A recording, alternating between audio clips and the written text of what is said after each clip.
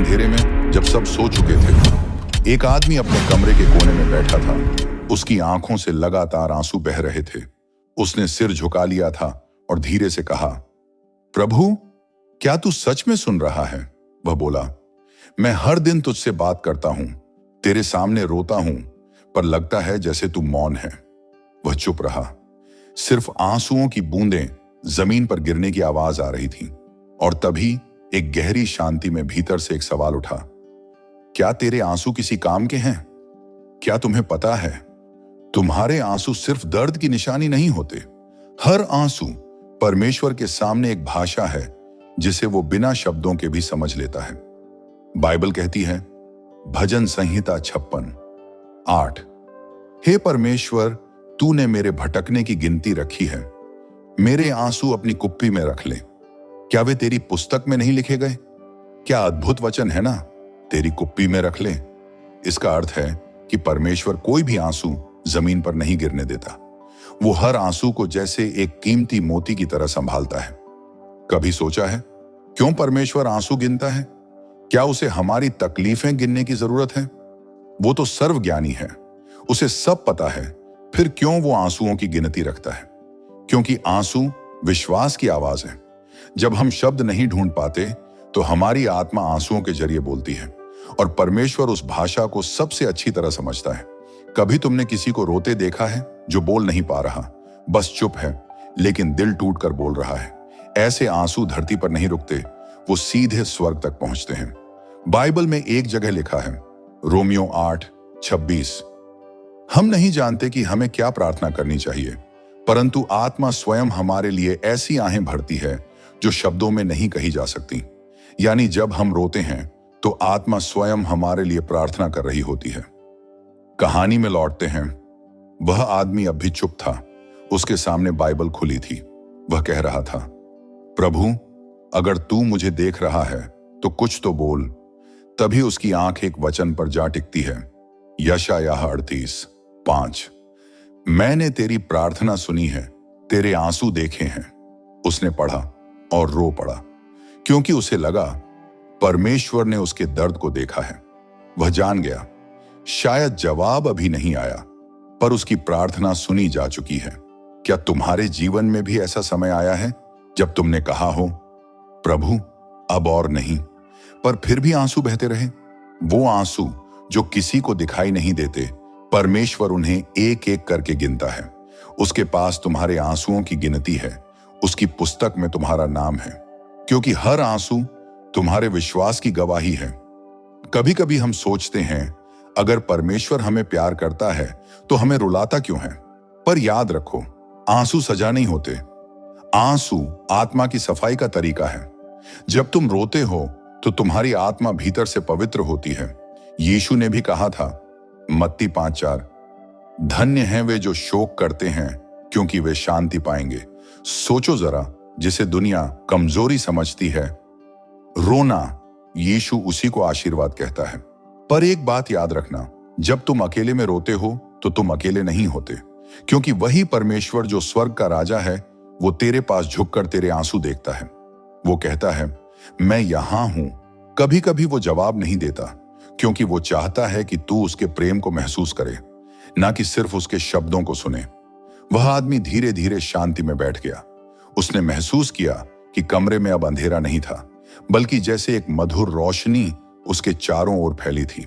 उसने कहा, प्रभु, मैं अब तुझसे कुछ नहीं मांगूंगा, बस इतना जान गया हूं कि तू मुझे देख रहा है। उस पल उसके आंसू रुक नहीं रहे थे, पर अब वो दर्द के नहीं, शांति के आंसू थे। जब हम समझ जाते हैं कि हमारे आंसू व्यर्थ नहीं जाते, तो हमारी आत्मा में विश्वास का नया बीज अंकुरित होता है। क्योंकि जो आंसू तुम आज बहा रहे हो, वे कल तुम्हारी गवाही बनेंगे।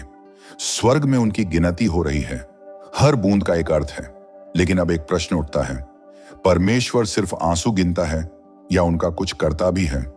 क्या वह इन आंसुओं को देखता भर है, या उनके पीछे कोई ईश्वरीय योजना छिपी है? क्या हर आंसू का कोई उत्तर है, या कुछ आंसू ऐसे भी होते हैं जिन्हें स्वर्ग भी देर से सुनता है? कभी कभी हमें लगता है कि हमारे आंसू किसी को दिखाई नहीं देते। लोग व्यस्त हैं, दुनिया भाग रही है, किसी के पास रुककर पूछने का समय नहीं, क्या हुआ? पर स्वर्ग में एक ऐसा है जो बिना पूछे भी जान लेता है कि तुम्हारी आंखों से गिरा हर आंसू किस दर्द से निकला है। बाइबल हमें बताती है कि जब परमेश्वर मूसा से बोला तो उसने कहा, निर्गमन 3:7, मैंने अपनी प्रजा की दुर्दशा देखी है और उनके रोने की आवाज सुनी है। परमेश्वर ने कहा, मैंने देखा है, इसका मतलब वो अंधेरे में भी देखता है जहां कोई इंसान नहीं देख पाता। जब मिस्र में इजरायली रो रहे थे, उनकी आवाज स्वर्ग तक पहुंची। परमेश्वर ने कहा, अब मैं उतरूंगा उन्हें छुड़ाने। यही उसका स्वभाव है। वो आंसुओं को देखकर चुप नहीं बैठता, वो काम करता है अपने समय में, अपने तरीके से। लेकिन जब हम रोते हैं और उत्तर तुरंत नहीं आता तो हम टूट जाते हैं। हम सोचते हैं शायद परमेश्वर अब सुनता नहीं, पर याद रखो, परमेश्वर की चुप्पी उसकी अनुपस्थिति नहीं होती। वो कभी मौन नहीं रहता, वो सिर्फ तैयार कर रहा होता है तुम्हारे आंसुओं को चमत्कार में बदलने के लिए। कभी कभी उसके उत्तर में देरी होती है, क्योंकि वो चाहता है कि तुम्हारी आत्मा परिपक्व हो जाए। आंसू वही मिटा सकता है जिसने दर्द की गहराई को समझा हो। जैसे मिट्टी में बीज डालने के बाद तुरंत पौधा नहीं निकलता, वैसे ही आंसू बोने के बाद उत्तर भी अपने मौसम में आता है। भजन संहिता 126:5, जो आंसुओं के साथ बोते हैं वे हर्ष के गीतों के साथ काटेंगे। क्या वचन है यह! तुम्हारे आंसू व्यर्थ नहीं जाते, वे भविष्य की फसल बन रहे हैं। एक स्त्री थी जिसका नाम हन्ना था। वर्षों तक वह निसंतान रही। लोग उसका मजाक उड़ाते थे, उसके घर के लोग तक उसे तुच्छ समझते थे, पर वह किसी से नहीं लड़ती थी, बस परमेश्वर के चरणों में जाकर चुपचाप रोती थी। दिन महीनों में बदल गए, महीने वर्षों में, पर हन्ना की प्रार्थना जारी रही। किसी ने सोचा अब इसका कुछ नहीं हो सकता, पर हन्ना का विश्वास हार नहीं मान रहा था। एक शमूएल 1:10, वह अत्यंत दुखी होकर रोई और यहोवा से मन लगाकर प्रार्थना की। उसके आंसू परमेश्वर की कुप्पी में गिर रहे थे। और फिर एक दिन स्वर्ग ने उत्तर दिया। परमेश्वर ने कहा, तेरी प्रार्थना सुनी गई है। और उसी के गर्भ से जन्मा एक बालक शमूएल, जो बाद में इज़राइल का नबी बना। देखा तुमने, एक स्त्री के आंसू एक राष्ट्र के मार्गदर्शक बन गए। इसीलिए जब तुम रोते हो, मत समझो कि परमेश्वर मौन है। वो सिर्फ उस पल को तैयार कर रहा है जहां तेरे आंसू तेरी गवाही बनेंगे। कई बार जीवन में हम ऐसे दौर से गुजरते हैं जहां आंसू ही हमारी एकमात्र भाषा बन जाते हैं। किसी से कहना आसान नहीं होता, क्योंकि कोई समझेगा नहीं, पर परमेश्वर समझता है। वो तेरे दिल की हर धड़कन पढ़ सकता है। जब तू कहता है, प्रभु मैं टूट गया हूं, वो कहता है, मैं तेरे भीतर काम कर रहा हूं। एक पल ठहरो और सोचो, कितनी बार तुमने अकेले में रोया है, बिना किसी के सामने बोले हुए। फिर भी किसी अनजान शांति ने तुम्हें छुआ। वो शांति कोई साधारण भावना नहीं थी, वो उसी परमेश्वर का उत्तर था जो तेरे आंसू देख रहा था। पर एक सवाल आज भी रह जाता है, अगर परमेश्वर आंसू देखता है तो क्या वो हर आंसू का उत्तर देता है? क्या कुछ आंसू ऐसे होते हैं जिनका जवाब तुरंत नहीं आता, फिर भी स्वर्ग में दर्ज हो जाते हैं? और क्या कभी ऐसा होता है कि परमेश्वर खुद आंसू बहाए? हां, बाइबल में एक जगह लिखा है, यीशु रोया। क्या तुम्हें पता है क्यों? वो सर्वशक्तिमान परमेश्वर जो मौत पर भी अधिकार रखता है, आंसू क्यों बहाता है? क्या उसके आंसू हमारे लिए थे? क्या वो तुम्हारे दर्द को अपने दिल में महसूस करता है?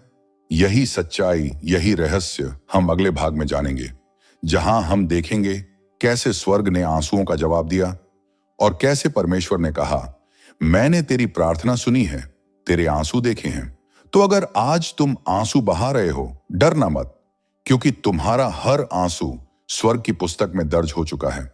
और शायद तुम्हारे जीवन का उत्तर बस एक आंसू दूर है। कभी तुमने महसूस किया है जब तुमने बहुत रोकर प्रार्थना की, फिर भी कुछ नहीं बदला? तुमने कहा, प्रभु तू सुन क्यों नहीं रहा? हर दिन, हर रात आंसू बहाते बहाते कभी कभी आत्मा भी थक जाती है। ऐसा लगता है मानो आकाश मौन हो गया हो, जैसे परमेश्वर कहीं दूर चला गया हो। पर क्या तुम जानते हो, उस मौन में भी परमेश्वर काम कर रहा होता है। वो चुप होता है, पर निष्क्रिय नहीं। वो देख रहा होता है और इंतजार कर रहा होता है कि तुम्हारा विश्वास आंसुओं से निकला हीरा बन जाए। यीशु के समय की एक कहानी है, मरियम और मार्था की। वे दो बहनें थीं और उनका भाई था लाजर। लाजर बीमार पड़ गया था। उन्होंने यीशु को संदेश भेजा, हे प्रभु, वह जिसे तू प्रेम करता है बीमार है। अब सोचो जरा, वे यीशु के बहुत करीब थे। वे जानती थीं कि अगर वह आएगा तो उनके भाई को बचा लेगा। लेकिन यीशु तुरंत नहीं गया। वह 2 दिन और रुका रहा। क्या तुम सोच सकते हो 2 दिन में किसी का जीवन जा सकता है? और हुआ भी वही, लाजर मर गया। मरियम और मार्था टूट गईं। वे सोचने लगीं, अगर यीशु ने हमारी प्रार्थना सुनी होती तो हमारा भाई आज जिंदा होता। शायद तुमने भी ऐसा सोचा होगा, अगर परमेश्वर ने थोड़ी जल्दी की होती तो मेरी समस्या हल हो जाती। पर याद रखना, परमेश्वर कभी देर नहीं करता। वह हमेशा सही समय पर कार्य करता है। 4 दिन बाद यीशु वहां पहुंचा। मरियम उसके पास दौड़ी और बोली, हे प्रभु, यदि तू यहां होता तो मेरा भाई न मरता। यीशु ने उसे देखा और बाइबल कहती है, यूहन्ना 11:35, यीशु रोया। रुको, परमेश्वर रोया? हाँ, यीशु ने आंसू बहाए। वो सर्वशक्तिमान था। वो जानता था कि अभी कुछ ही पलों में लाजर को जिंदा कर देगा। फिर भी वो रोया। क्यों? क्योंकि वह सिर्फ शरीर नहीं देखता, वह दिल देखता है। वह जानता था कि उसके मित्रों का हृदय टूटा हुआ है, और जब तुम्हारा दिल टूटता है तो परमेश्वर का दिल भी दुखी होता है। यह सबसे गहरी बात है। परमेश्वर तुम्हारे दर्द से अलग नहीं है, वो उसमें शामिल है। जब तुम अकेले रोते हो, वो भी तुम्हारे साथ रोता है। जब तुम कहते हो, मुझे समझने वाला कोई नहीं, वो कहता है, मैं समझता हूं क्योंकि मैंने भी आंसू बहाए हैं। यीशु रोया क्योंकि वो चाहता था कि हम जानें, परमेश्वर सिर्फ सुनता नहीं, महसूस भी करता है। संगीत में हल्की उम्मीद का टोन। और फिर यीशु कब्र के पास गया, पत्थर हटाने को कहा और ऊंची आवाज में पुकारा, लाजर बाहर आ। और 4 दिन से मृत लाजर जिंदा होकर बाहर आया। मरियम और मार्था के आंसू अब खुशी के आंसुओं में बदल गए थे। यह है परमेश्वर का तरीका। वो देर करता है पर कभी चूकता नहीं। वो चुप रहता है पर हमेशा काम कर रहा होता है। कभी कभी तुम्हारे जीवन में भी ऐसा होगा कि तुमने बहुत रोया पर उत्तर नहीं आया। लोग कहने लगे, अब कुछ नहीं बदलेगा। पर वही परमेश्वर जो लाजर को जीवित कर सकता है, वो तुम्हारी स्थिति को भी बदल सकता है। यशायाह 55:8-9, क्योंकि मेरे विचार तुम्हारे विचार नहीं और न तुम्हारे मार्ग मेरे मार्ग हैं। जैसे आकाश पृथ्वी से ऊंचा है, वैसे ही मेरे मार्ग तुम्हारे मार्गों से ऊंचे हैं। परमेश्वर की योजना हमेशा बड़ी होती है। वो देरी नहीं कर रहा। वो तेरे आंसुओं से एक गवाही तैयार कर रहा है। शायद अभी तुम्हें लग रहा है कि सब खत्म हो गया, कि अब कुछ नहीं बचा। पर याद रखना, जवाब देर से आता है, पर आता जरूर है। उसकी घड़ी कभी रुकती नहीं। वो समय का स्वामी है। जब उसकी घड़ी बजेगी तो सब कुछ पलट जाएगा। एक माँ थी जिसने अपने बेटे के लिए वर्षों तक प्रार्थना की। वह हर रात कहती, प्रभु मेरे बेटे को बचा ले। पर साल दर साल उसका बेटा और भटकता गया। वो शराब में डूब गया, घर छोड़ गया। लोगों ने कहा, अब सब खत्म हो गया। पर वो मां नहीं टूटी। हर रात वो घुटनों पर बैठती और कहती, प्रभु तूने कहा था, जो आंसू बोता है वो हर्ष के गीतों से काटेगा। सालों बाद वही बेटा चर्च में खड़ा था और कह रहा था, मेरी मां के आंसू ने मुझे बचा लिया। परमेश्वर ने देर की पर उत्तर दिया, क्योंकि उसके लिए कभी कुछ असंभव नहीं है। तो अगर तुम आज इंतजार में हो, अगर तुम्हारी आंखों में आंसू हैं, तो याद रखना, स्वर्ग तुम्हें भूल नहीं गया। तुम्हारे आंसू परमेश्वर की पुस्तक में दर्ज हैं। वो बोलेगा अपने सही समय पर, और जब वो बोलेगा तो तेरे रोने की जगह हर्ष का गीत गूंजेगा। तेरी राख से सौंदर्य निकलेगा। तेरे आंसू तेरी गवाही बनेंगे, क्योंकि बाइबल कहती है, सबोपदेशक 3:11, उसने सब कुछ अपने समय पर सुंदर किया है। वो देर करता है ताकि उसकी महिमा पूरी तरह प्रकट हो सके। पर एक सवाल अब भी बाकी है। अगर परमेश्वर हमारे आंसू देखता है और कभी खुद भी रोया, तो क्या वह उन आंसुओं को मिटाता भी है? क्या वह दिन आएगा जब कोई आंसू शेष नहीं रहेगा, जब दर्द सदा के लिए समाप्त हो जाएगा? उस दिन जब यीशु लाजर की कब्र के सामने खड़ा था, हवा में एक अद्भुत मौन था। लोगों की भीड़ थी, कुछ रो रहे थे, कुछ सवाल पूछ रहे थे। अगर यह सचमुच परमेश्वर का पुत्र है, तो इसने उसे मरने क्यों दिया? और उसी भीड़ के बीच यीशु के नेत्रों में आंसू आए। बाइबल कहती है, यूहन्ना 11:35, यीशु रोया। यह बाइबल की सबसे छोटी लेकिन सबसे गहरी पंक्ति है।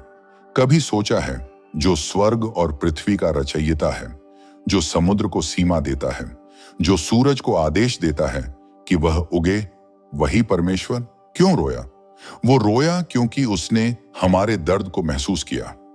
वो रोया क्योंकि वह जानता था, पाप ने संसार में जो अंधकार लाया है, वह मनुष्य को तोड़ रहा है।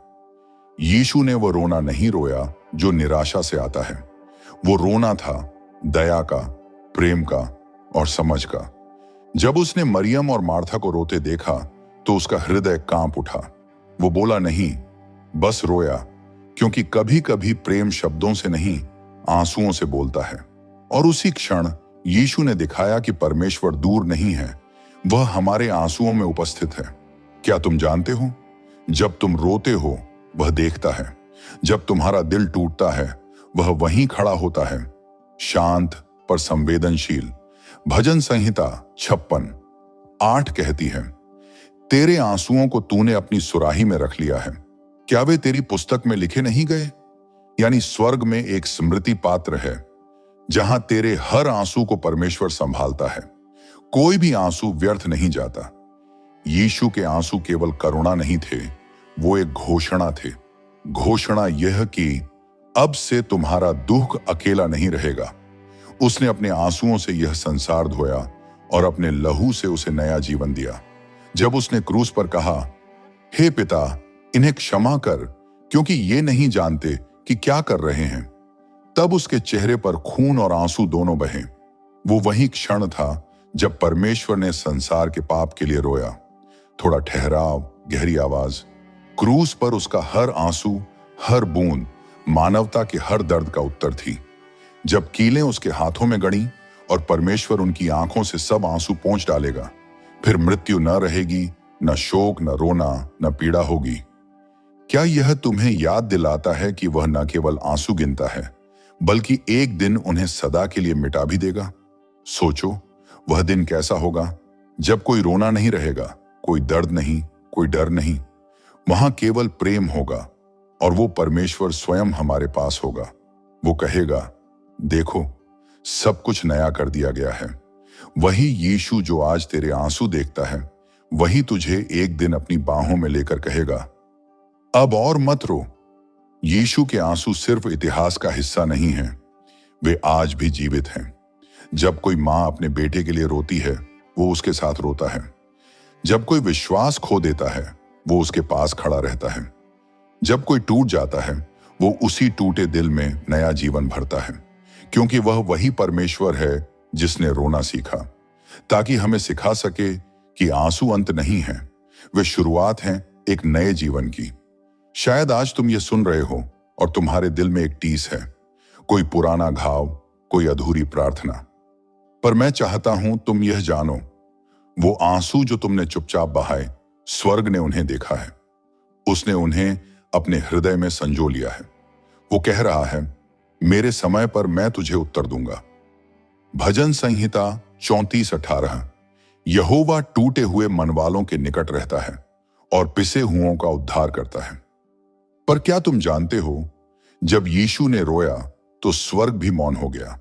देवदूतों ने अपने गीत रोक दिए, क्योंकि यह वह पल था जब परमेश्वर ने मनुष्य की तरह महसूस किया। उसके आंसू मानवता के इतिहास में एक मोड़ थे। वो आंसू कह रहे थे, अब मैं तेरे साथ हूं, हर दर्द में, हर आंसू में। और यही कारण है कि जब तुम प्रार्थना में रोते हो तो स्वर्ग हिलता है, परमेश्वर का हृदय द्रवित होता है। वो तुम्हारे आंसू मिटाता नहीं, उन्हें बदल देता है। दुख को शक्ति में, अकेलेपन को उपस्थिति में और रोने को गवाही में। यीशु के आंसू यह प्रमाण है कि परमेश्वर तुम्हारे करीब है। वह भावनाओं से परे नहीं, वो भावनाओं का स्रोत है। इसलिए जब तुम अगली बार रो तो यह जानो, तुम अकेले नहीं रो रहे। तुम्हारे साथ वह भी रो रहा है जिसने तेरे लिए क्रूस उठाया था। पर कहानी यहां खत्म नहीं होती, क्योंकि एक और गहरा रहस्य बाकी है। क्या तुम जानते हो, वो दिन आने वाला है जब परमेश्वर सिर्फ आंसू पोंछेगा नहीं, वो उन्हें रूपांतरित करेगा एक आशीष में। वो आंसू जो कभी दर्द थे, वही बनेंगे तुम्हारी जीत की निशानी। ये वह मोड़ है जहां इंसान के दर्द से दिव्य उद्देश्य प्रकट होता है, जहां आंसू अब कमजोरी नहीं रहते, बल्कि परमेश्वर की योजना का सबसे सुंदर हिस्सा बन जाते हैं।